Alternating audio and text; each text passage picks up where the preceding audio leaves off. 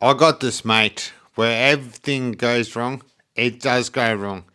And still love him and still invite him anyway. This mate of mine, his name is Baz Murphee. He's nothing but a walking, talking definition of Murphy's Law. Anything that we do, it goes wrong when he's involved. For fuck's sake. And it turns into a survival movie. But you know what, ladies and gentlemen? We somehow get out of it and survive. Because there's this one time, all four of us, me, Jay, and Byron, and Baz, decided to go up to the camp to go fishing. 2 weeks in the middle of nowhere, away from civilization, pissing, drinking, and going fishing. No, it's peace and quiet. So anyway, we were over at my place, packing up Byron's 4-wheel drive. And one of the jobs that we got Baz to do was to go out and to get some cans of Bundy and rum and Coke. That's the only thing that we need to get. So anyway, while we were packing up Byron's 4-wheel drive, Jay gets a phone call. He answers the phone and he picks it up and he goes, "Oi, Baz, what's up?" No, for fuck's... And Jay goes to Baz on the phone, he goes, "For fuck's sake, Baz, not 40 cartons, 4 cartons." And we just looked, Byron and I just looked at Jay and said, "What the fuck did that..." And I said, "What the fuck that dickhead goes?" And Jay goes, "Oh, he got 40 cartons instead of 4 cartons." And I just knew that for fuck's sake. And I'm just thinking, for fuck's sake, I should have just done it myself. I only had one job to do. So anyway, about half an hour, Baz rocks up with the 40 cartons and fucked me. We somehow made it fit. It's a bit like fucking playing Tetris. I don't know how we did it, but we fit it in, ladies and gentlemen. Anyway, the very next day that we got up early in the morning, excited to drive up to the Cape to go to do some fishing and drinking and eating bacon and eggs, bro. So we got up at 4 a.m. and we're all loaded up. And Brian was driving and we pulled up to the survey just outside of town, right? And the next minute, fucking Jay went out and had a diary. Byron needed to do a shit. I went and got us all some coffees. And Baz, all he had to do was fill up Byron's 4-wheel drive. Anyway, I just went in there, ordered a coffee. And Baz heads up the hangar. And I go, "Oh, yeah, I want to pay for some fuel on pump number 5. And she looked at me and she goes, Is that a full drive?" And I go, "Yeah." "Diesel, right?" And I said, "Yeah." "Well, your mate filled it up with unleaded petrol instead of diesel." But thank God that Byron's a mechanic and we had a 44-gallon drum that was empty. And so anyway, we spent a couple of hours filling that fucking gallon of that 44-gallon full of fuel. And I made sure that I filled it up. And I filled it up with diesel. 2 hours behind where we wanted to go. But, we went up and then we pulled up at Townsville. At this roadhouse. Right? To go and get some dinner. To get a feed. And lo and behold, fucking Baz turns around in typical fucking Baz fashion. And he said, "You know what? I forget my wallet." And I'm just thinking, of course you did.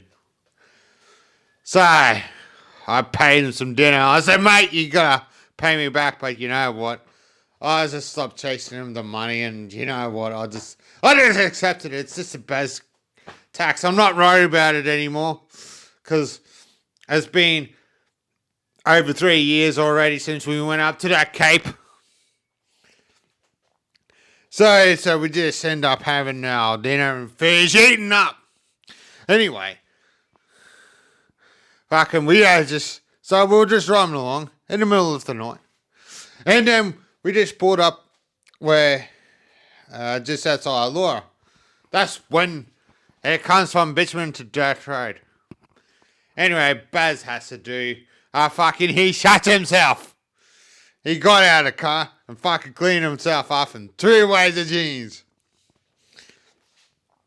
Anyway, eventually we just got to the campsite, Princess Alexandra, and we did have setting up and everything, and we just all looked at Baz playing a Rubik's Cube with this tent made out of nylon. And mate, it was fucking powerful because Baz was more of a hindrance than a help. So anyway, Brian said that, why don't you grab these couple of jerry cans, go down to the river and fill it up with some water. Anyway, 5 minutes later, we heard this almighty scream and saw Baz. I never seen Baz as ran as fast as in my whole life. And he said that a crocodile almost bit his fucking leg, but he dropped the fucking jerry cans in the ocean, and we were like, fuck me. What the fuck are we going to do now? We got no fucking water. Anyway, thank God that it was this old bloke, and we're telling all about Baz's fucking, what he's done so far and all the fuck ups. And he just laughed and said, yeah. And he reckons there's always one in every group. And we were like, yeah, his name is Baz. Anyway, we spent a couple of weeks fishing, eating bacon and eggs, eat like kings. I mean, we had bacon and eggs, and we were having steak and sausages, and it was absolutely nice. There's nothing like eating food that was cooked on a flat top over a campfire. Now, I'll tell you, the very last day we were up at the Cape, we decided to go fishing one time.